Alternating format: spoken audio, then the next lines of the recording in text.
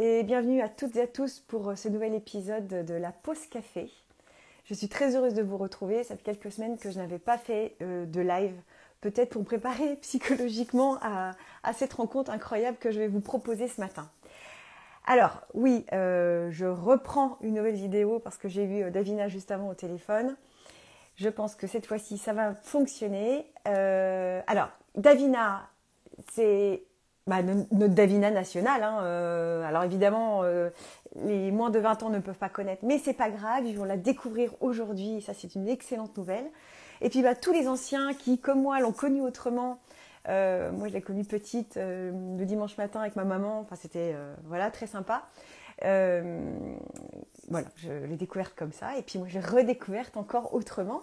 Alors, avant d'envoyer une invitation et d'accepter Davina dans ce live qui vient d'apparaître, je vous présente vite fait, moi, ce que j'ai reçu et lu de Davina, en sachant qu'elle en a écrit. Elle a écrit 22 livres. Enfin, c'est absolument incroyable, avec un parcours spirituel absolument inspirant et extraordinaire. Il y a juste ce petit coffret qui vient de sortir, mais on en parlera peut-être. Et puis, il y a alors La magie de la prière. Ici, La magie de la prière, qui est sortie en livre de poche, toujours, édition Le Duc. C'est un recueil de prières que moi, j'assimile plus à de la poésie. C'est absolument doux à lire, c'est extraordinaire. Avec des illustrations, pareil, toutes douces, toutes belles, vraiment. C'est absolument très agréable à avoir. Si vous partez en voyage ou quoi, en week-end, lisez-le, ça fait du bien, ça fait beaucoup de bien. Un qui m'a beaucoup touchée, on en reparlera aussi. Il nous faut tous un jour apprendre à mourir. C'est une claque, vraiment, mais vraiment, je conseille vraiment tout le monde à le lire. Et puis le petit dernier, dont on va particulièrement parler, Formules et prières de guérison, le livre des ailes blanches. Voilà, c'est un petit peu la suite de La magie de la prière. Allez, c'est parti. J'accueille Davina. Prête attention.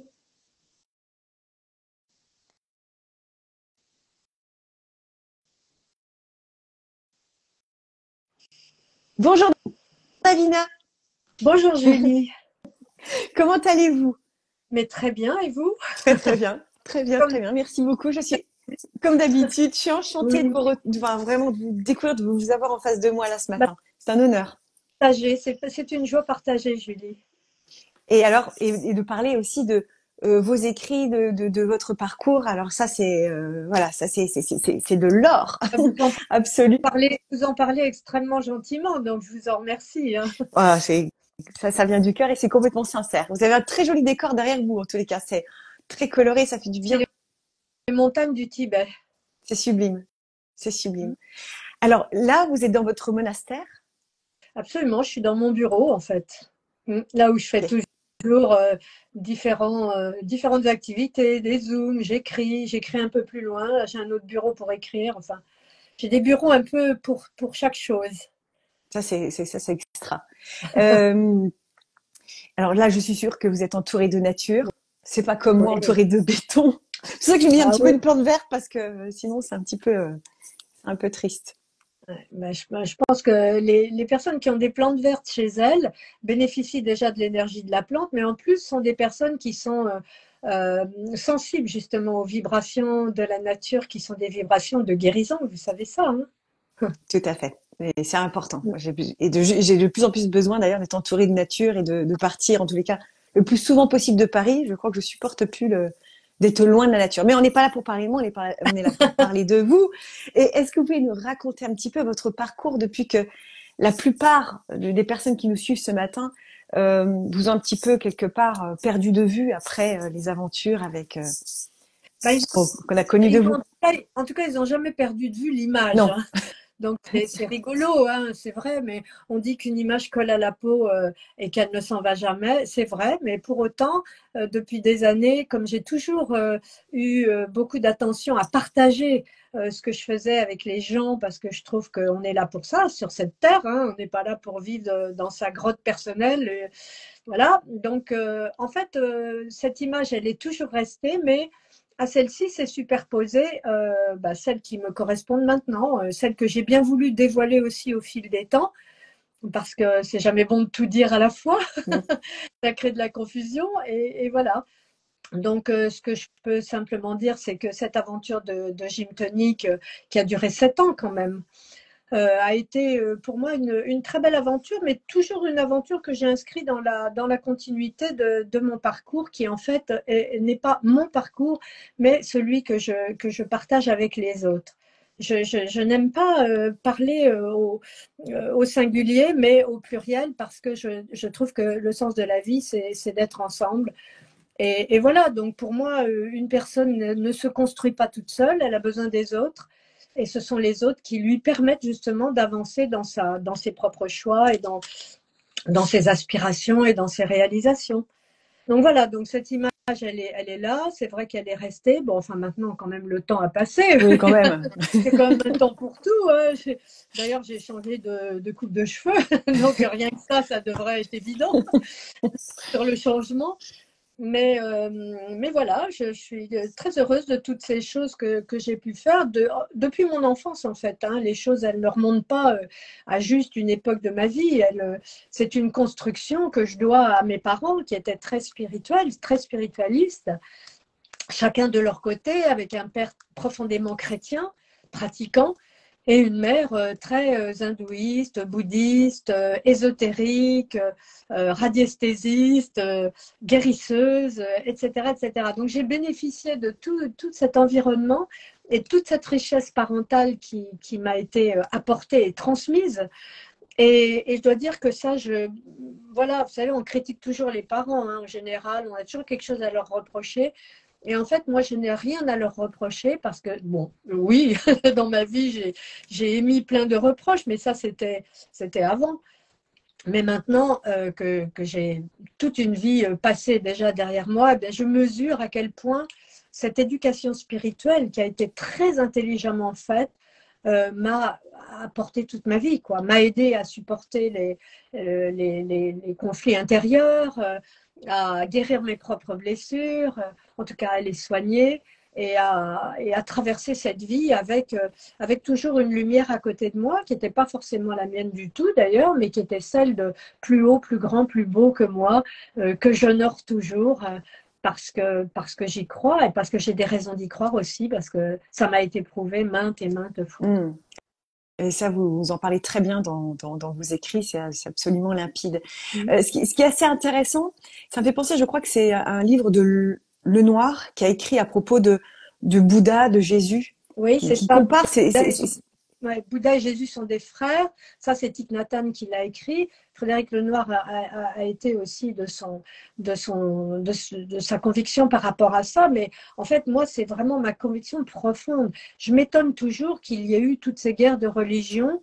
D'abord, déjà, qu'il y ait eu des institutions religieuses, parce que les grands maîtres, les grands prophètes, les grands penseurs même, n'ont jamais cherché à enfermer leurs pensées, mais absolument jamais ni le Bouddha, ni Jésus d'ailleurs, mais les hommes en ont fait des institutions séparées avec des dogmes où chacun a sa vérité sur un sujet unique finalement et où chacun enferme les autres sur sa vérité. Et ça, moi, s'il y avait un combat, je dirais que c'est celui de toute ma vie parce que je n'ai pas été éduquée comme ça.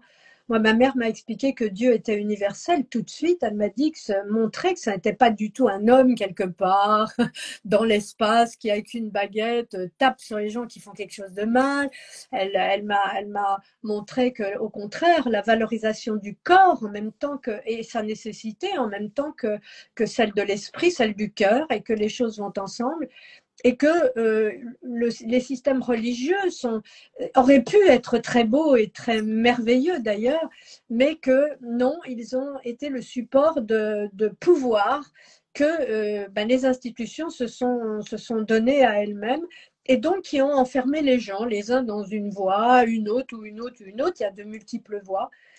Et moi, j'aime à dire que tous les fleuves arrivent à la mer tôt ou tard et que ce Dieu que l'on reconnaît ou que l'on ne reconnaît pas, de toute manière, est la source de vie. Pour moi, c'est la source de vie, c'est le pouvoir de vie, c'est intangible, bien évidemment. Alors, ça ne marche pas avec la science, qui, elle, désespérément, essaie de donner des preuves à ça, et quoique la physique quantique commence oui. à expliquer les choses d'une manière assez lumineuse, d'ailleurs, hein. je pense qu'on est sur la bonne voie pour arriver à cette compréhension que nous ne sommes absolument pas seuls dans l'univers, pas les seuls non plus habitants d'une planète, évidemment. Pourquoi? On serait la création aboutie? Non. La création est infinie, elle n'a pas de début, elle n'a pas de fin. Et par conséquent, bah voilà, tous les espoirs sont permis, Julie. Que tout le monde vous entende ce matin. Mais c'est vrai. C'est pour ça que pour moi, ce qu'on appelle la spiritualité, c'est-à-dire l'essence même de ce que nous sommes, parce que nous sommes un corps, mais on sait bien que ce corps, il commence au moment de la naissance, il se poursuit tout au long de l'expérience de la vie, et puis un jour, bah voilà, il s'arrête parce qu'il a fini son œuvre d'expérience dans un corps. Et le reste, voilà, ce reste que l'on ne peut pas saisir, comme en ce moment on se parle, mais en même temps on pense. Je ne peux pas prendre une de vos pensées, c'est impossible. Même si j'étais la plus grande scientifique du monde, je ne pourrais toujours pas prendre votre pensée, la montrer à l'antenne et dire voilà la pensée de Julie. Donc, il y a un moment quand même où il faut ouvrir les portes, les fenêtres et toutes les issues possibles pour agrandir sa vision sur ce qui est ce qu'on appelle l'infini et qui donc est le pouvoir de création à tout, vraiment à tout point de vue, sur tous les plans, à tous les niveaux et constamment en fait. Donc pour moi, il n'y a pas lieu de baisser les bras. Vous voyez, je ramène tout ça à au plus simple, c'est-à-dire à notre condition d'être humain et à ce projet de vie qu'on doit mener à bien si on veut finalement, oui, accomplir ce qu'on a voulu venir faire dans cette incarnation terrestre. Hein. Donc, non, le découragement, bien sûr, on a des moments de tristesse, on a des moments d'hésitation, de doute, de peur aussi, d'ailleurs fortement entretenue par beaucoup d'éléments, hein, la peur. Mais il y a la vie qui est visible et invisible en nous, on la porte en nous, invisible dans les pensées, les sentiments, les émotions, même si on arrive à les nommer, mais est visible par le corps et par tout ce que nous faisons, nos actions, notre parole, etc. Donc, l'essentiel pour moi du mot spirituel, c'est être ensemble, se soutenir. On a chacun quelque chose à proposer et à dire dans cette vie, quelque chose à créer d'unique. Nous sommes des êtres uniques, c'est pour ça que, je veux dire, les jalousies, les conflits de colère, c'est ta faute, si j'en suis arrivée là, c'est toi qui m'as amené là, donc etc. Toutes ces choses-là, mais c'est de temps. Ça me paraît enfantin, vous voyez, ça me paraît enfantin, quoi. En élevant un petit peu son niveau de conscience, parce que maintenant, on entend ça à tous les coins de rue, de podcast et de tout ce qui s'ensuit. Élever son niveau de conscience, bah oui, justement, il serait temps de le faire et de le prouver, de se le prouver à soi-même, en arrêtant de se désespérer quand les choses ne marchent pas, en arrêtant de croire qu'on est une victime de la vie, victime des autres ou victime de soi-même, et en se disant, je porte la vie en moi, donc, comme la vie, sa première fonction, c'est d'être réparatrice, je porte la vie en moi, donc, voilà, je vais l'utiliser, ce pouvoir que j'ai. Je vais remonter la pente, je vais passer l'obstacle, il n'y a pas de blocage, hormis ceux que l'on s'accorde à soi-même. Davina, est-ce que vous pensez, et à juste titre, sincèrement, je pense la même chose, qu'on a tous en nous notre propre pouvoir de guérison, oui. Déjà, nous-mêmes par rapport déjà à notre cerveau, nos intuitions, nos intentions, et nos prières. Et en quoi la prière aujourd'hui est... Alors, ce qu'il y a de fou, c'est que le jour où j'ai reçu votre ouvrage, le dernier, j'en ai reçu deux autres auteurs qui parlaient aussi de prière. Et là, je me suis dit, alors là, il y a un truc, là, il y a un message. Vous avez un nouveau message de l'univers là qui dit, ouh, il y a quelque chose là. En quoi l'importance de la prière du cœur, quelque chose de... En quoi c'est important aujourd'hui de revenir à la prière? Alors déjà, je voudrais répondre à ce que vous venez de dire précédemment sur ce qui est arrivé en même temps. Là, ces 3 livres sur la guérison qui sont arrivés. Bien sûr, ça c'est la loi des séries. L'univers sait très très bien les choses. L'énergie de la vie est là, toujours présente. invisible d'ailleurs, est présente et elle se matérialise, cette énergie de la vie, là où elle peut, quand il y a de l'espace quelque part. S'il y a de l'espace, de la place en vous pour accueillir la guérison va venir se placer. Mais s'il n'y a pas cet espace-là, ben, il n'y aura pas. Alors les gens qui écrivent sur la guérison sont des gens qui ont un espace alors voilà, qui correspond à leur personnalité, à leur vécu, etc. Mais en tout cas, il y a un espace libre pour ça. Et c'est tout à fait logique parce qu'on est actuellement, déjà depuis un certain temps, hein, que l'on sait bien, hein, vous-même d'ailleurs, je le dis parce que je le pense, j'ai consulté ce que vous aviez fait au moment du Covid et cette idée magnifique que vous avez eue de rassembler les gens tous les jours autour de vos échanges faits par le net. Et ça, je trouve ça magnifique. C'était exactement le réflexe qu'il fallait avoir. Mais il y en a d'autres qui se sont, et beaucoup d'autres, et beaucoup d'autres qui se sont isolés, qui se sont séparés de leurs amis parce que, voilà, les conflits d'accord sur certains principes. Et en fait, il y a eu une discorde très, très forte là, à ce moment-là. Et moi, je pense que voilà, quand on laisse la place à l'énergie de la vie, l'idée de la guérison arrive, elle va tomber dans notre jardin personnel et on va chacun en faire quelque chose que l'on peut faire. Ça va être d'après nos propres talents, nos capacités, parce qu'on n'a pas tous les mêmes capacités. Donc ça va s'orienter là où ça doit être pour que la transmission, c'est-à-dire le partage, hein, puisse se faire pour le bien de tous. C'est pas moi, pour moi, il n'y a pas le bien de moi, par exemple, ou le bien d'une seule personne. Ça, la loi de l'univers n'est pas celle-là. Elle est l'ensemble. Elle est dans l'ensemble. Donc, quand on pense l'ensemble, eh bien, déjà, on pense quelque chose de juste. Et à partir de ce moment-là, eh bien, si les portes sont ouvertes en nous pour agir, en tout cas individuellement, pour le mieux pour cet ensemble, eh bien, on reçoit toutes les possibilités de développer nos talents, parce que c'est sûr qu'on n'en finit jamais de développer le meilleur en nous, hein, de développer nos talents, nos capacités de communication, notre joie de vivre, etc. Et de faire que tout d'un coup, on donne une réponse individuelle à cette réponse universelle. Et franchement, c'est là où on peut être heureux. La voilà, la vraie parole. Revenons ici à vos formules et prières de guérison que je représente là devant. Voilà, oui, le titre est à l'envers, mais ce sera mis en photo, en story, vous inquiétez pas. Et il est là, voilà, il suffit juste d'écrire Davina Delors et on trouve tout de suite sur Internet. Quand vous faites toutes ces rencontres avec ces archanges, Michael, Raphaël, Gabriel, Uriel, dont Métatron, il y en a certains qu'on ne connaît pas tous vraiment bien, est-ce que vous les avez tous rencontrés personnellement? Alors, est-ce que vous voyez, comment ça s'est passé? Je voudrais dire d'abord, qu'est-ce que c'est qu'un ange ou un archange? Oui, très bonne question.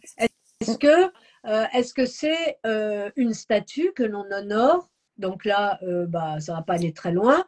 Est-ce que c'est une image que l'on a de l'enfance qui nous a été inculquée? Et à ce moment-là, il y a quelque chose de l'ordre d'une croyance ou de l'ordre d'un rapprochement du cœur avec ces anges que l'on sait, ou en tout cas que l'on veut voir comme étant des éléments de compensation dans notre vie ou des éléments d'aide ou des éléments, voilà, en tout cas supérieurs à nous. Donc, en fait, ces archanges et ces anges n'ont pas de forme. Ils n'ont pas de forme. C'est nous qui leur avons donné cette forme. On les a façonnés avec des ailes, évidemment, puisqu'ils ont des capacités que nous n'avons pas. Donc, ils ont ces ailes pour être bien plus élevés que nous. Qu'est-ce que ça veut dire? Comment comprendre les anges et les archanges? Simplement que voilà, dans tout le système vibratoire qui n'a pas de début et qui n'a pas de fin de la vie, eh bien, il y a des niveaux. Et quand on dit ange, on voit que le niveau est en dessous de l'archange. Bien sûr, la vibration est à ce moment-là supérieure. Donc, pour nous, on a l'illustration de ces anges et de ces archanges. On a l'arbre séphirote aussi, vous savez, avec toutes les dimensions. Il y a des choses extrêmement intéressantes. Mais le piège est de croire que c'est quelqu'un comme nous, supérieur à nous, mais quelqu'un avec un corps, etc. Alors, toutes les images spirituelles que l'on a dans les églises, etc., où on voit les saints, on voit la Vierge, on voit Dieu est représenté d'une certaine manière en lettres ou en soleil, en lumière, en quelque... Bon, tout ça, ce sont des choses pour nous amener à pouvoir comprendre que c'est plus beau que nous, au-dessus de nous largement, et que donc le ça en question possède un pouvoir que l'on nomme de divin parce qu'il est tout à fait au-delà et au-dessus de notre capacité d'humain. Donc, quand on a compris ça, déjà, on a compris le plus important, vous voyez, parce qu'on n'est plus dans les images des petits-enfants quand même. Hein. Pour autant, c'est beau, un ange avec ses ailes. Donc, moi-même ici, dans ce bureau, j'aurais toute une collection là qui monte jusqu'au plafond. Et, Moi aussi, j'en ai quelques-uns, j'adore. Je vais vous en montrer un, le plus petit. Voilà. Ah, une Alors, magnifique. là, vous le voyez, ouais. c'est Métatron. Il porte son bouclier là voilà. Donc, alors, ça, ce sont ce que j'appelle des supports. Ce sont des supports spirituels pour nous permettre de regarder une figure qui nous dépasse par sa beauté, sa configuration, ses ailes, ses boucliers, ses épées de lumière, toutes ces choses qu'il porte, symboliques, qui nous permettent également la symbolique de comprendre quelle est leur fréquence vibratoire. Chaque archange ou ange a une fréquence spéciale. Cette fréquence spéciale, nous la portons en nous à l'état de graine, de germe. Vous voyez, c'est pour ça, comment peut-on encore douter de la magie de la vie, qui est une magie sacrée, hein, qui est quelque chose d'absolument merveilleux et qui devrait inscrire un sourire sur nos lèvres à partir du moment où on se lève le matin jusqu'au moment où on se couche. Et pendant notre sommeil, être encore en train de sourire, non pas béatement, mais simplement parce qu'on a compris ce phénomène extraordinaire qui nous permet, par la matière, d'imprimer des images qui nous montrent cette étendue absolue que l'on n'est pas capable de voir avec nos yeux humains, mais que l'on peut donc, auquel on peut se référer par la symbolique qu'elle nous présente. Donc, moi, il m'est arrivé, pour répondre à votre question, effectivement, de traverser des périodes absolument incroyables qui ont été des périodes de souffrance inimaginables. Et voilà, je le cite toujours comme ça parce que c'est quand même intéressant de voir d'où sort, quel est le facteur déclenchant de quelque chose. Et moi qui ai passé toute ma vie dans la spiritualité, la médiumnité, les visions, les messages et toutes ces sortes de choses dont je n'ai jamais fait état parce que j'estime qu'il n'y a pas à livrer ça comme on le fait maintenant de manière grossière. C'est n'importe quoi. Enfin bon, bref. Donc voilà. C'est au moment où j'ai vécu cette expérience, la dernière fois où j'ai vécu cette expérience, c'était au moment de mon zona ophtalmique. Bon, j'ai passé le cap, hein, je suis un peu allée de l'autre côté, et justement, j'ai vu ces anges et ces archanges. Je les ai vus là, dans ma chambre, au pied du lit. Et pourquoi je les ai vus? Parce que en fait, c'était familier pour moi l'image.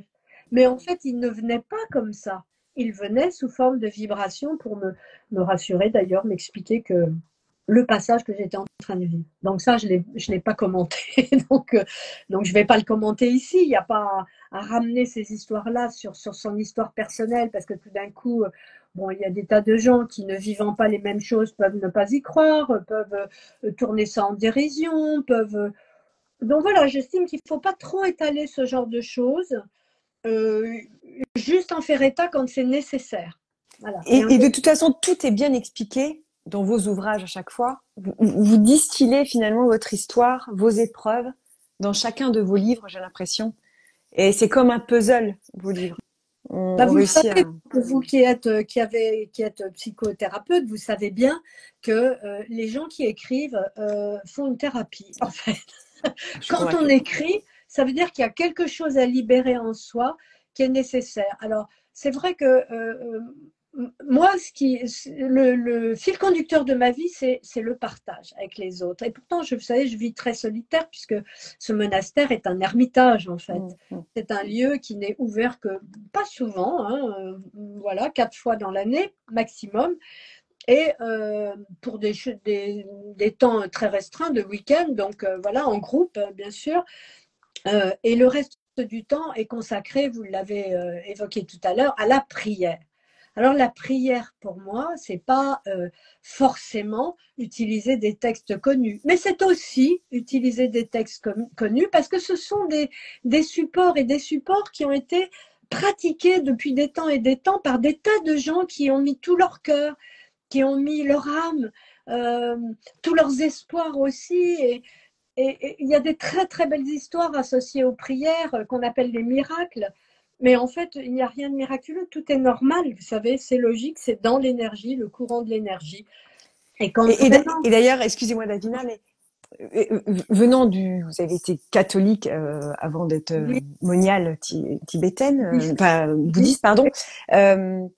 Du coup, je pense que est-ce que notre père a un autre père, est-ce qu'il a autant de pouvoir et de vibration finalement que un mantra? Ouais. Oui, oui. Réponse oui. Le Notre Père, je le récite tous les jours parce que c'est à toi la source, je viens. À toi la source, je viens parce que j'ai un petit courant en moi de cette source. Donc bien sûr que j'y viens naturellement. Il n'y a rien d'extraordinaire à ça. Le Notre Père est sans doute la plus belle prière que je connaisse avec le Je vous salue Marie, vous voyez. Ça peut paraître bizarre qu'une moniale bouddhiste dise ça, mais vous savez, moi je suis enfermée dans aucune prison spirituelle, rien du tout. C'est ce qui ressort très très clairement d'ailleurs, et c'est ça qui est magique, qui a aucun clivage. Alors après, effectivement, peut-être d'autres religions, les personnes qui viennent du judaïsme ou de l'islam, peut-être se retrouvent pas forcément. Et pourtant, c'est extraordinaire. Il y a un lien, je suis sûre. Mais tout le monde dit la même chose. Bien sûr, autrement, mais dans une langue différente, avec des images différentes, des coutumes différentes, des rituels différents, mais tout le monde dit la même chose. Après, la prière, c'est la possibilité de se connecter. Tout d'un coup, quand on récite une prière, notre cerveau, déjà, qui est quand même la base de notre entendement humain, notre cerveau entend, comprend et en même temps illustre ce qu'on est en train de dire. Et puis, peu à peu, notre niveau de conscience s'élève. Alors, c'est pour ça que j'ai écrit ce livre avec formules et prières de guérison. Parce qu'actuellement, depuis quelque temps déjà, les gens s'ouvrent à beaucoup de choses, le pouvoir des pierres, les encens, les bougies allumées, les rituels. Beaucoup de rituels sont proposés. Et donc, j'ai voulu quelque part utiliser, entre guillemets, c'est pas péjoratif, toutes ces formules-là proposées sur le marché spirituel et en donner, selon moi, j'ai aucune prétention, c'est ma vérité, chacun peut penser le contraire, mais selon moi et l'expérience que j'ai faite de toute ma vie, j'ai quand même une longue vie déjà derrière moi, je ne viens pas d'arriver. Donc, selon moi, on peut utiliser tout parce que les minéraux que j'affectionne particulièrement, et il y en a beaucoup ici, dans la nature de ce lieu et aussi à l'intérieur, les minéraux sont vivants. Ils ont cette énergie, cette vibration qui prouve leur vie en fait. C'est une autre forme de vie.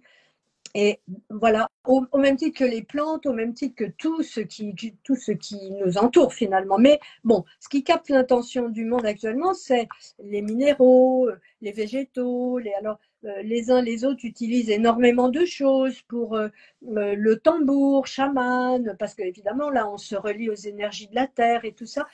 Mais ça suffit pas. C'est ça que j'ai voulu dire. Ça suffit pas parce qu'on a un tambour et on va taper dessus, même si c'est un très bon rythme, que ça va faire quelque chose. On va pas pour autant être relié aux esprits de la nature ou à ses ancêtres. Non, ça ne suffit pas. Qui on est vraiment? Qu'est-ce qu'on a à l'intérieur de soi? Et qu'est-ce qu'on a à donner aux autres et à cette nature que l'on interroge et finalement que l'on vient solliciter d'une manière ou d'une autre par une formule ou une autre. Donc, c'est ça que j'ai voulu expliquer dans ce livre. C'est très, très simple. C'est juste parce que c'est juste mon expérience. Après, voilà, chacun en fait ce qu'il veut. J'aime bien Davina, très modeste, tout simple, alors que c'est incroyable. J'adore. Non, non, vous savez, l'incroyable est dans le plus simple, hein. Mm. Si on revenait au plus simple, Julie, je vais vous dire, on s'entendrait tous Oui. très bien.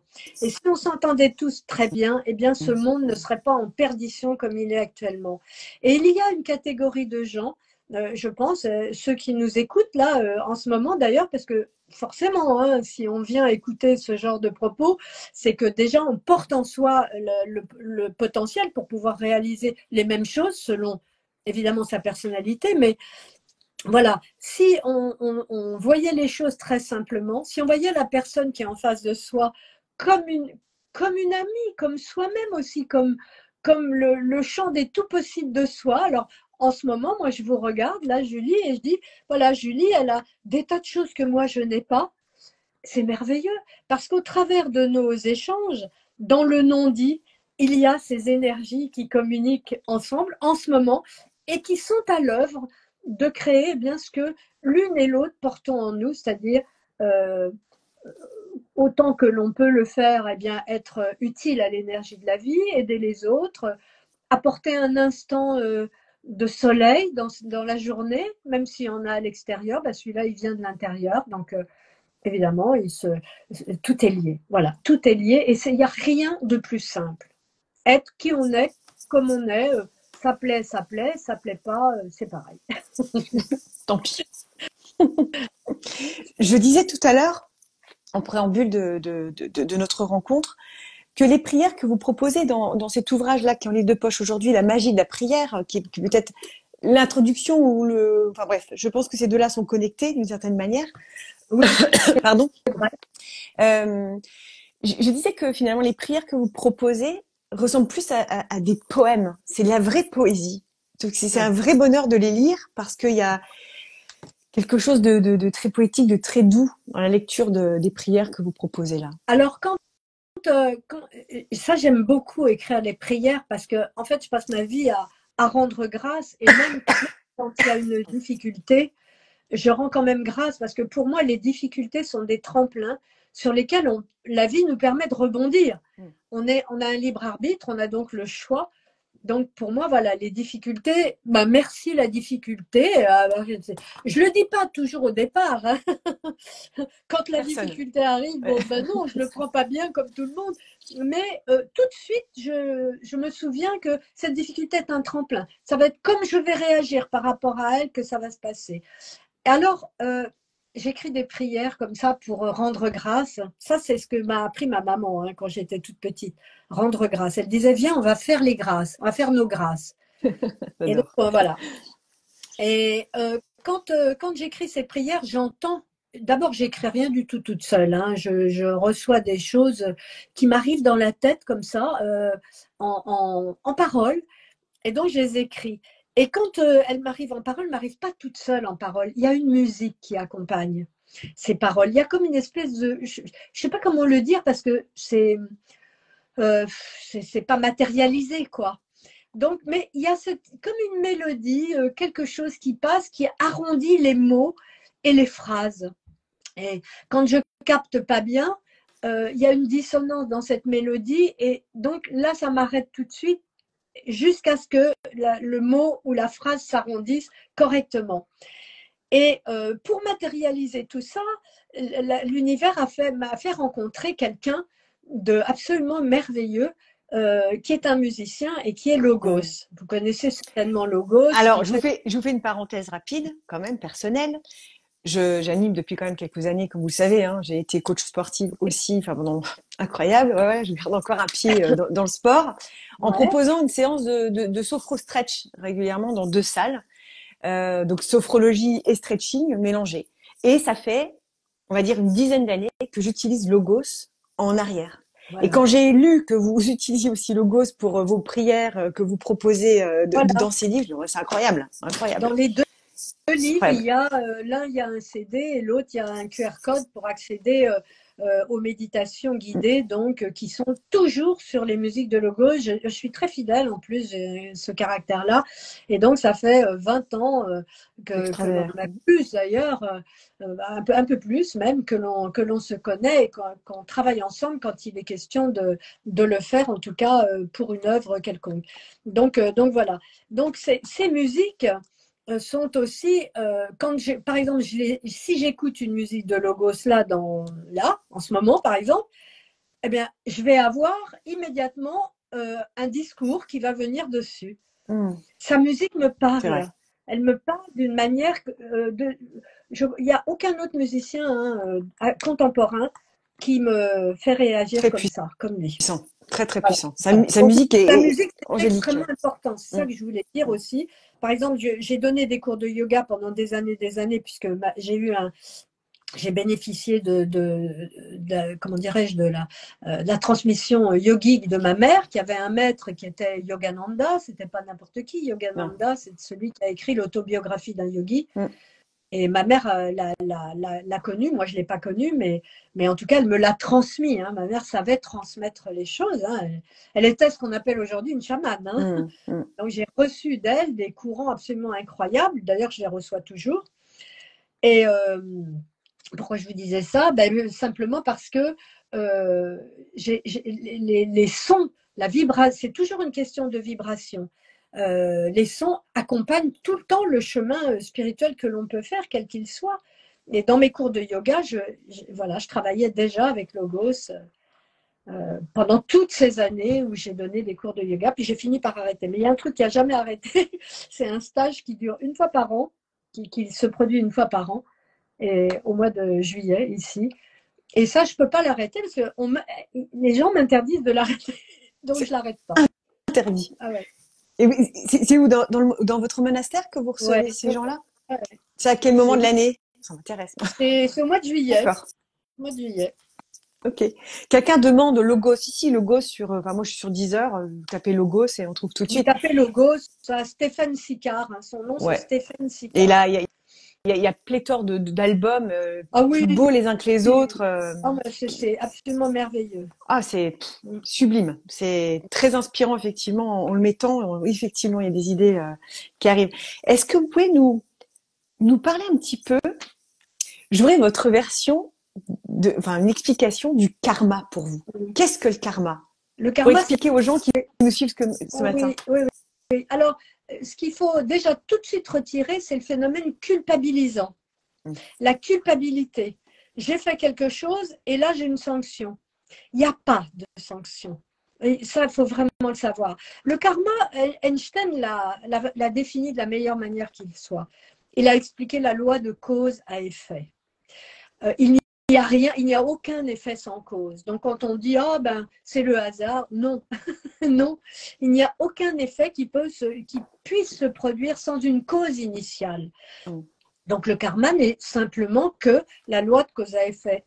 Par exemple, si on a des pensées récurrentes de colère après le monde, après la politique, après les gens, après quelqu'un de sa famille, après son amoureux, après si c'est récurrent, on entretient en soi la colère, peut-être même la haine, ou simplement les critiques et les mauvais jugements sur quelqu'un. Tout ça, c'est toujours de la colère qui se manifeste d'une manière différente. Qu'est-ce que vous croyez qui peut arriver dans notre vie? Nous attirons des énergies semblables à ce que nous manifestons. Donc, nous allons attirer forcément de la violence. Nous allons assister à de la violence, alors que d'autres vont passer à côté et ne le verront même pas. On va subir des agressions multiples. Nous-mêmes allons agresser. Enfin, évidemment, puisque intérieurement, nous sommes cette violence-là. Elle se voit peut-être pas, parce que c'est des pensées, des sentiments, mais ça va se concrétiser. C'est les causes à effet. Une cause intérieure va manifester une cause extérieure. Alors après, le karma, quand on étend le sujet aux vies antérieures, il est dit que bien évidemment, tel on a été, tel on s'est comporté et tel on a vécu antérieurement, eh bien, il y a des tas de choses qui n'ont pas été nettoyées, qui n'ont pas été comprises, qui n'ont pas été abouties. D'ailleurs, c'est pour ça qu'existe la psychanalyse, avec toutes ses limites. Hein. Moi, je suis psychanalyste, hein, donc voilà. Je sais bien qu'il y a un moment, ça s'arrête. Et ça, justement, ça s'arrête au seuil de la guérison. Les soins sont là, mais la guérison n'est pas là. Ou alors, elle est temporaire seulement, ce qui n'est donc pas la guérison. La guérison, c'est quelque chose de définitif. Et après, on peut dire rien n'est jamais définitif. Enfin bon, on n'en finit pas. Mais voilà. Donc, quelle était la question finalement? L'histoire, votre vision des choses par rapport au karma, voilà. Votre définition, votre explication autour du karma. Oui, ben, le karma. Donc voilà. Donc, qu'est-ce que c'est que les vies, l'incarnation, les réincarnations? C'est quoi? C'est juste l'occasion d'une expérience humaine avec toutes les difficultés que ça comporte. C'est-à-dire qu'en fait, avant d'être un être humain, on est avant tout un courant de conscience. Alors on peut dire une âme, ben moi j'aime dire une âme. Alors les gens l'associent tout de suite aux visions qu'on leur a inculquées dans les religions. Donc, mais ça fait rien, je dis quand même une âme. Mais bon, alors après, courant de conscience, c'est un peu plus neutre. Donc ce courant de conscience, on peut dire, c'est comme un ruban énergétique qui circule, qui se pose, qui s'imbrique, qui se calque sur les mouvements, les rubans génétiques que nous portons en nous. C'est-à-dire que nous portons en nous quantité d'informations qui vont être nécessaires à l'œuvre de cette vie. Mais l'œuvre de cette vie, c'est à nous que ça appartient, avec notre libre arbitre, nos choix, etc. Donc les choses peuvent évoluer. Pour autant, les grandes informations, les informations pour lesquelles nous sommes venus, parce que nous n'avons pas compris avant leur sens et parce que donc nous n'avons pas conclu ces histoires anciennes. Donc nous revenons avec ce qu'on appelle le karma, c'est-à-dire des situations que nous allons être obligés de vivre et d'affronter, de regarder en face, et qui ne vont pas forcément nous plaire, puisqu'il s'agit de les réparer. Il s'agit de les conclure, il s'agit de terminer une histoire, il s'agit de la purifier, de la nettoyer, il s'agit de la reconnaître comme elle est, de reconnaître sa valeur dans le négatif comme dans le positif, et de choisir entre le négatif et le positif. Et si on choisit le positif, on va effacer ce karma. Plus jamais nous n'entendrons parler de cette cause de souffrance que nous avons cette fois-ci, parce que nous-mêmes avons fabriqué cette cause. Un jour, quand alors on ne sait pas quand. Mais quand vous parlez par exemple de la fin, vous dites j'ai pu mettre fin à un karma commun avec mon frère. C'est très intéressant, ça m'a impacté parce que je me suis dit waouh, finalement on peut mettre fin à des relations de souffrance qui peuvent nous suivre depuis quelques vies et c'est bon là, on dit c'est la fin. Alors ça implique beaucoup de choses. Ça implique la possibilité intérieure de pouvoir entrer d'une certaine manière en contact avec ce frère qui en fait est décédé. Hein. Donc, et à ce moment-là, de pouvoir établir un dialogue qui n'a pas eu lieu du vivant et de pouvoir faire la paix, une paix profonde, de donner la paix et de se la donner à soi-même. Parce que dans un conflit, quel qu'il soit, même si on ne veut pas le reconnaître, on se sent coupable aussi. Même si on ne veut pas le reconnaître, il y a des tas de choses qu'on ne reconnaît pas hein, dans notre niveau de conscience, de compréhension de notre vie et de nous-mêmes. De toute façon, on a une part de responsabilité, de toute façon, dans toute relation. Ne serait-ce que cette responsabilité karmique. Voilà. Bien sûr. Cette fois-ci, c'était un frère. Dans une vie antérieure, c'était un autre rôle. Nous sommes des rôles sur pattes, sur nos deux pattes d'être humain. Nous sommes des rôles, nous sommes une expérience. C'est tout. Mais cette expérience que nous faisons cette fois-ci dans cette vie n'est pas la réalité de ce que nous sommes. Elle est juste une expérience où nous avons le choix de transformer cette expérience ou de l'élever encore davantage vers la lumière ou de rester ou de replonger ou etc. Ce qui nous donnera maintes et maintes fois dans un devenir futur l'occasion de repasser par des souffrances, des complications, des histoires que nous n'avons pas comprises. Donc voilà, pour moi, écrire justement ou parler comme ça avec vous et avec les personnes qui sont là, en présence de toutes les personnes qui sont là, c'est justement de partager tout ça et de voir selon les réactions. Alors moi, ce que j'aime le plus, que les gens qui me proposent des conférences, je déteste ces conférences parce que je déteste me mettre sur un podium, être là et puis commencer à ouvrir un débat toute seule et pendant 1 heure carburer, ce que de toute façon je sais faire, mais c'est pas une raison. Voilà. Ce que j'aime, c'est, je leur dis aux gens, je leur dis, mais échangeons. Et vous pensez quoi de ça? Et là, les gens, vous savez, je viens de faire cette expérience-là à Villeneuve-Loubet, là où il y a un festival tibétain qui a lieu 1 fois par an et où je suis toujours invitée. Et donc voilà, donc j'ai fait cette conférence. Et cette fois-ci, je me suis dit, bon, allez, je vais faire un petit chapeau, une ouverture de conférence. Mais je peux faire une petite pause un instant. Vous parlez de Villeneuve-Loubet. C'est drôle parce que depuis le début de notre échange, je sais pas pourquoi, il y a ma grand-mère qui apparaît dans ma tête. Oui. Ah bah, Et pardon.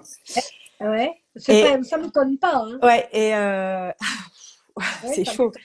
Et Villeneuve-Loubet, c'était là où on allait en vacances les étés. Voilà. Et waouh, c'est une claque parce que vous parliez de Villeneuve-Loubet.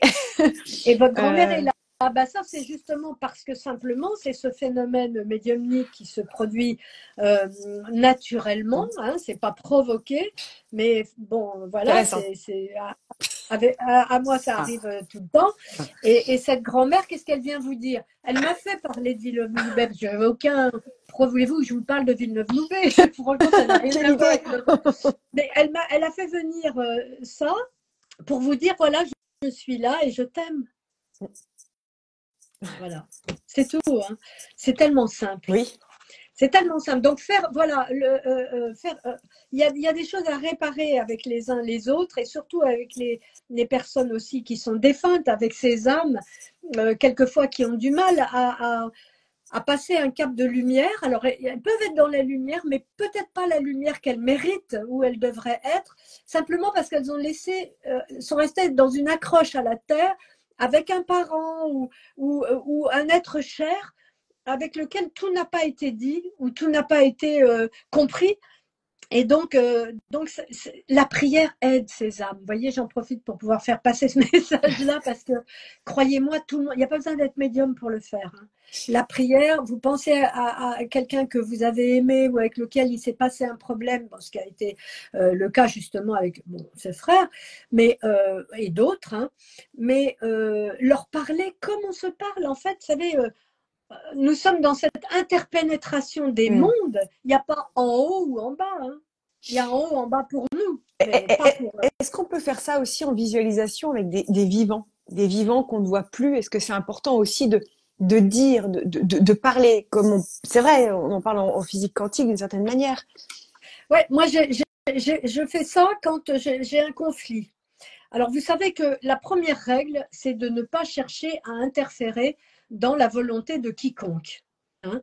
Si quelqu'un ne veut pas vous aimer, il ne veut pas vous aimer. Hein. C'est comme ça. Il n'y a pas à vouloir essayer de forcer quelque chose, parce que d'abord, ça, c'est entrer dans vraiment l'interdit de l'énergie de la vie. Et à ce moment-là, ce qu'on appelle le choc en retour, il vient tôt ou tard. Hein. Mais par contre, moi, je fais un truc. Quand je vais vous donner carrément ce que je fais. Quand, par exemple, j'ai un conflit avec quelqu'un, on n'est pas d'accord et ça peut aller quelquefois loin, un conflit de voisinage ou un conflit spirituel, parce que vous savez, hein, il y a beaucoup. Voilà, il y a beaucoup de clivage, hein, un spiritualiste.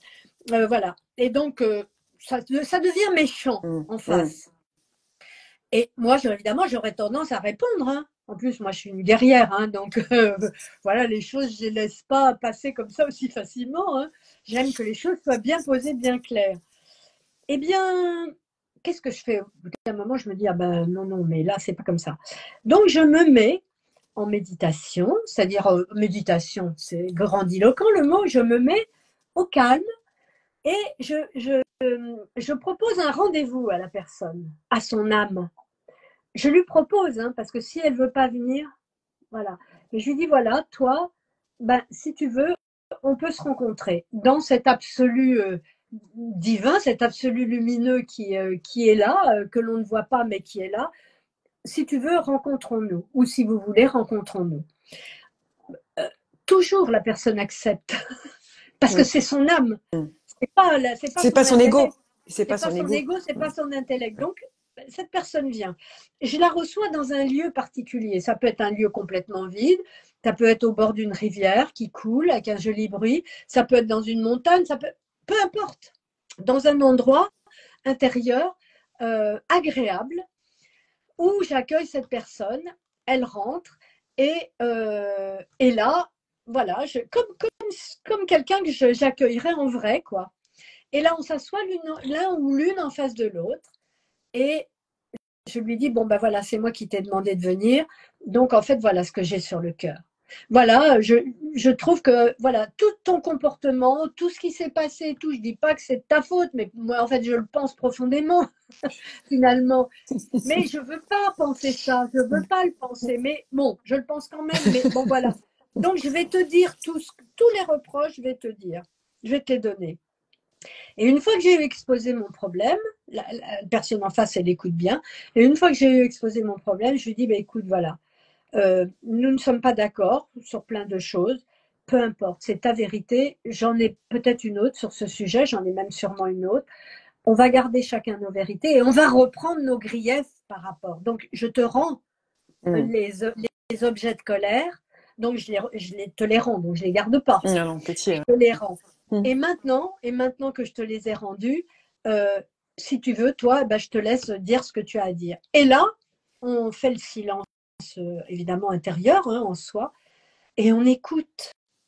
Alors là, on va vraiment entendre ce que la personne a à nous dire. Elle va nous dire ce qu'elle a elle-même sur le cœur, comment elle a vu cette situation, comment elle la voit toujours peut-être, etc., etc. On va lui laisser dire sans l'interrompre. Et puis à la fin, elle va nous rendre cet objet de colère, voilà. Et voilà. Et là, toutes les deux ou tous les deux, l'un en face de l'autre, on va se dire, ben voilà, maintenant on a nos objets de colère, qu'est-ce qu'on en fait? Et là, je vais dire, moi, personnellement, je le remets ça dans la lumière infinie de l'amour infini. Je remets dans cet espace d'amour, il n'y a pas d'autre espace, il n'y a que celui-là, mais je ne l'avais pas compris. Donc, je remets dans cet espace. Et je vais voir, je vais rendre, je vais mettre dans l'espace, je vais remettre toutes ces flèches, toutes ces taches, tout ce qui n'est pas beau, ces bouts de rocher visqueux. Voilà, ça va être très illustré et je vais rendre ça. Et puis la personne, je vais lui dire, voilà, alors à toi ou à vous, elle va faire la même chose si elle veut. Et à la fin, on va dire, on fait le constat ensemble, il n'existe plus de différent entre nous et plus non plus de différence puisqu'on s'est inscrit l'un et l'autre, l'une et l'autre dans l'amour. Donc on va se séparer. Tu vas dans ta vie, je vais dans la mienne. Tout est bien dans l'esprit divin. Je veux le meilleur pour toi, je veux le meilleur pour moi. Et on continue. Le meilleur est pour toi, le meilleur est pour moi. C'est même pas que je veux. Non. C'est forcément dans cette imprégnation d'énergie pure, le meilleur est pour toi, le meilleur est pour moi. Est-ce qu'en visualisation, c'est très intéressant et merci pour ce partage, Lavina. Quand vous avez dit je mets tous mes griefs dans l'amour infini, oui. Est-ce qu'il serait aussi peut-être intéressant de mettre imaginer un feu, comme un feu de joie, et on met tout ça dans ce feu de joie. Est-ce que c'est une possibilité aussi à pouvoir utiliser ou pas? Oui, si on veut. Après, on utilise les formules avec lesquelles on se sent le plus en accord. Par exemple, je parle beaucoup de la flamme violette. Oui, j'allais venir. Je suis allée étudier ça depuis très très longtemps quand j'ai étudié la vie de ce Saint-Germain là et de tout son univers occulte et tout. C'est tellement passionnant, mais aussi tellement dramatique, voilà. Mais enfin, de tout ce drame-là de sa vie, de ce conte de Saint-Germain, est sortie cette flamme violette. Et donc, j'en parle très, très souvent parce que ça marche très, très bien, la flamme violette. Ça marche très facilement, très bien.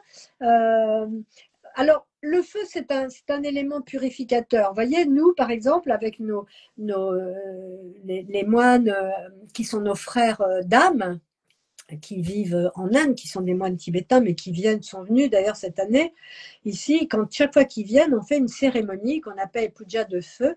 Et en fait, c'est une cérémonie chamane, véritablement. On a les coiffes, tous les rituels, les objets de rituel, etc. Donc c'est très visuel aussi, mais c'est pas du tout le visuel qui est important. D'ailleurs, dans ces coiffes noires que nous avons, on a des franges qui masquent complètement notre regard et qui nous empêchent de regarder à l'extérieur et donc de voir ce qui se passe à l'extérieur.